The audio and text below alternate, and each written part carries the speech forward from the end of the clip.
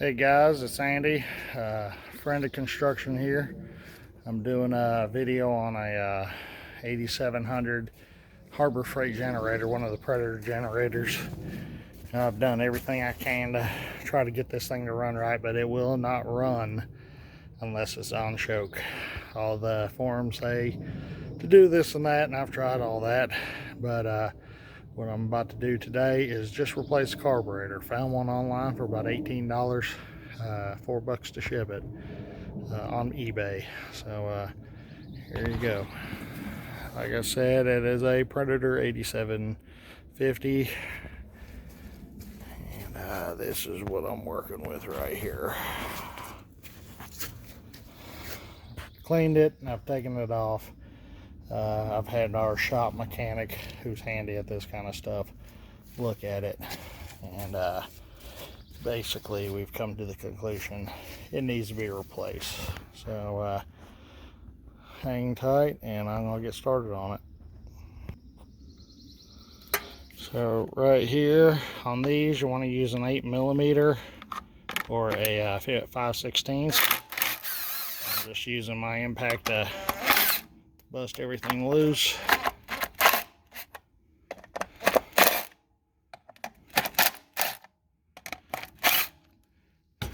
And I'll remove everything by hand. Take the last one out by hand.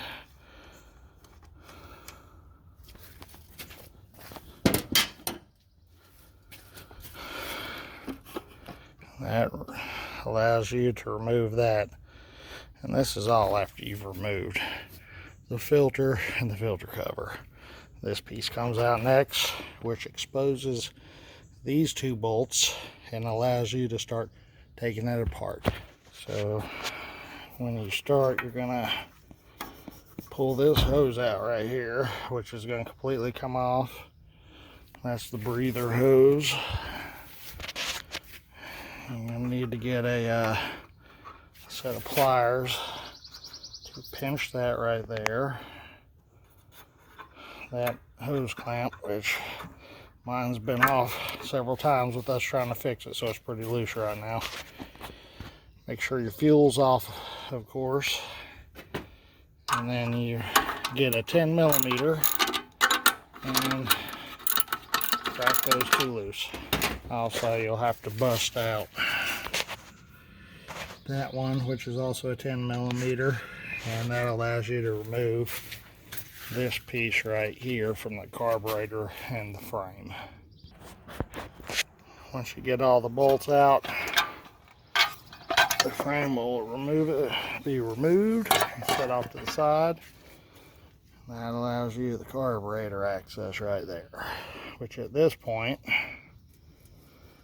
this I believe should be loose.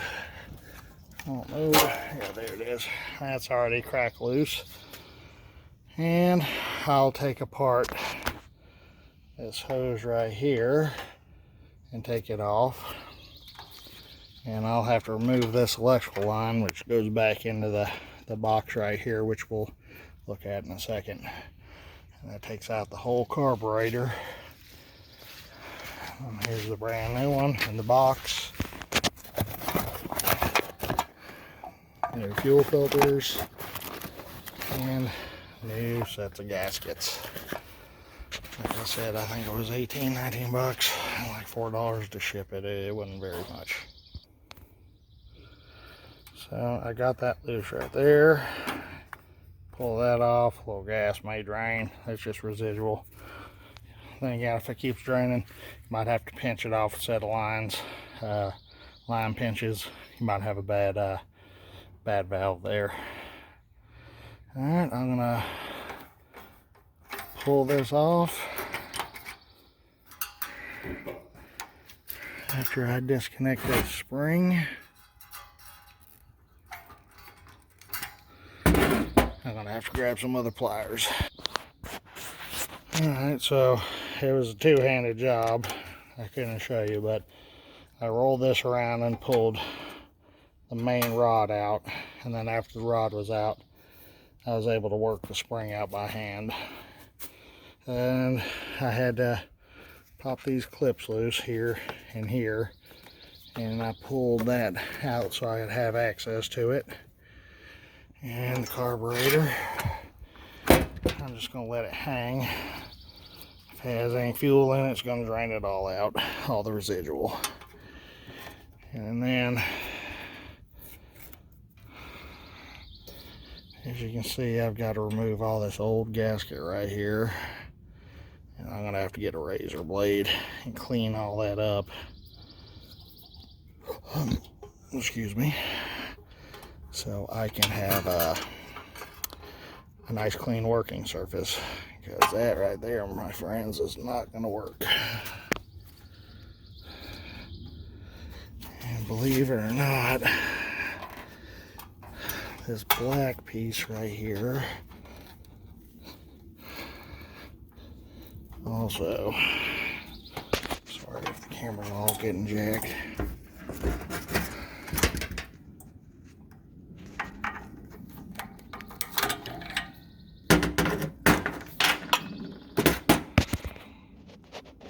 So we pulled that off right there. And all of that is actually block right there. Let's see. The old gasket sealer. Had to use ATV gasket sealer. That was the only stuff that had the proper heat rating and said resistant to fuel. Everything else I saw said do not use on carburetor or fuel related equipment. And that's what I ended up getting. So that's what you're left with. I have to clean up that, and I have to clean up that on both sides. Alright, so I got everything cleaned up now. Not the best job in the world, but I'm on my property and I'm doing the best I can with what I have. I've cleaned it. I've got the seals out of the pack. I've put them in order. That one goes first, then plastic spacer, then that.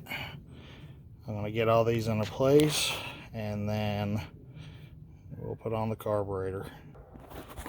So when you're pushing this back into place, you need to pull your spark plug cable up and reseat it, and you need to make sure that the throttle rod is out of the way, because it will fall down and get in your way and hold things up. This little port goes to the outside. This seal has a small hole for a drip for a drain right there. And then we're going to get the new carburetor out of the box here, and it goes in like so.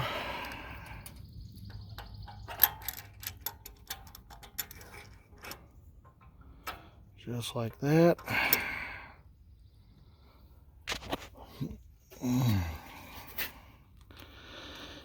We put the seal on like that. That's the last seal.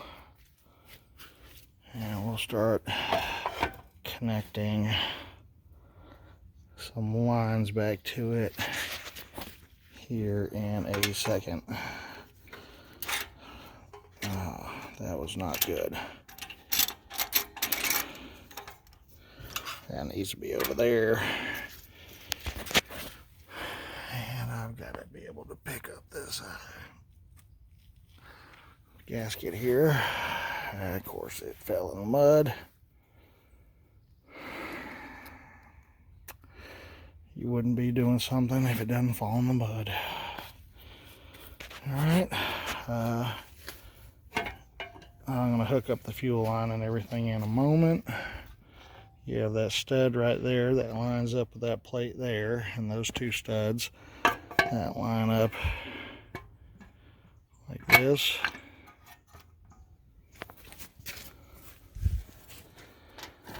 Grab a couple of the nuts right here. So I'm going to grab a couple. One came to my hand.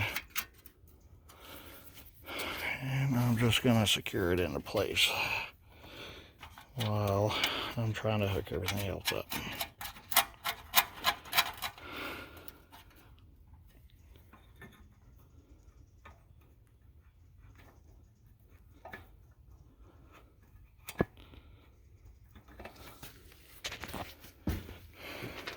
Grab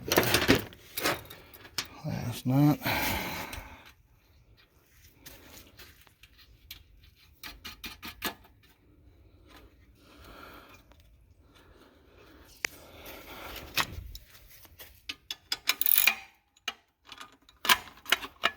I hope this thing's gonna fire up.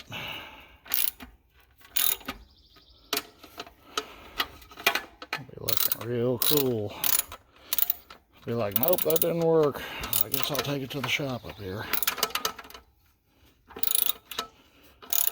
The last time I put a new carburetor on something, they said unless you're a factory technician, they put things in there to keep you from adjusting it and basically ruining your carburetor in the machine. That was on a Honda motor.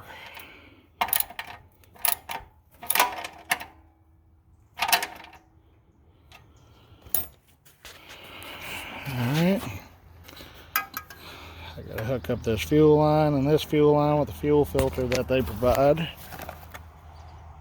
Actually, they give you a couple of them. And then this hose goes back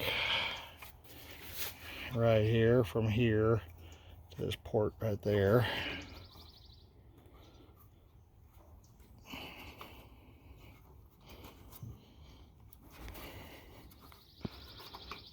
Your crankcase breather, and I've still got to swap my lines over right here, and we'll do that in a minute. I'm gonna give everything but. Alright, so I got everything mounted back up, bolted down, all the tubes in, fuel lines hooked up, and I am going to try to hook up this to where maybe y'all can see it, but I'm gonna have to put my camera down. I need both hands. Alright, you can see I got that hooked back up. Those are just pretty much male and female. I can't mess it up. I put the little pinch clip right there to hold the wire out of the way. Turn the fuel back on.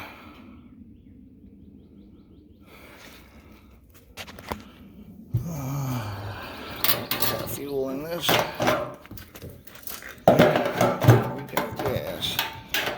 Hopefully it'll start pulling fuel in a minute. Got choke on.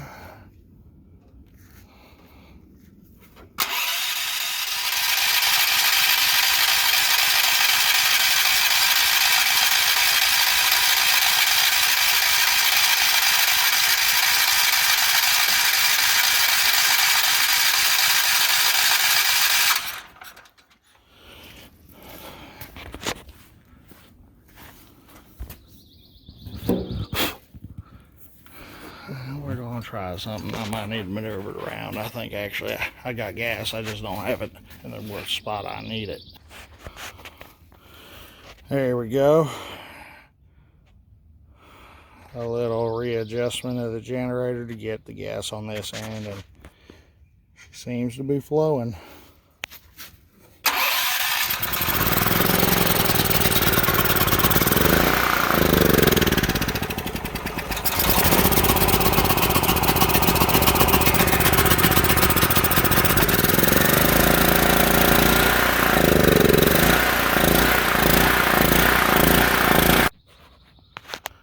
So everything fired up like it's supposed to. I'm getting a little high, low. Gas might be old in this, and I might need to tweak the carburetor a little bit, but I think that did take care of my problem. Put it back on choke.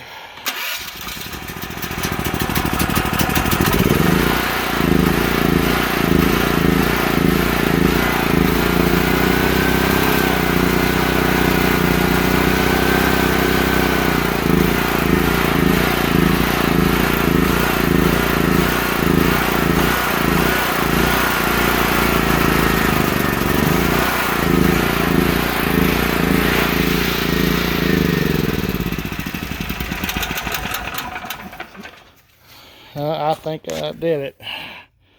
I definitely had a bad carburetor. From what everybody said online, that these carburetors are kind of junk. They say 10% max on ethanol, but I mean, I've only had this thing a few years, and I mean, the inside of it was just all gummed up when I first took it apart, and we blew it out and run jet cleaner through there and some jet pins to clean out the ports, and ran better for a minute, and then nothing, and then I basically had to run it on choke all the time. But I'm thinking if I get some fresh fuel in there, I think everything will be all right. I'm going to actually go back through it one more time and make sure I didn't miss something. But there you have it. Predator 8750 battery start.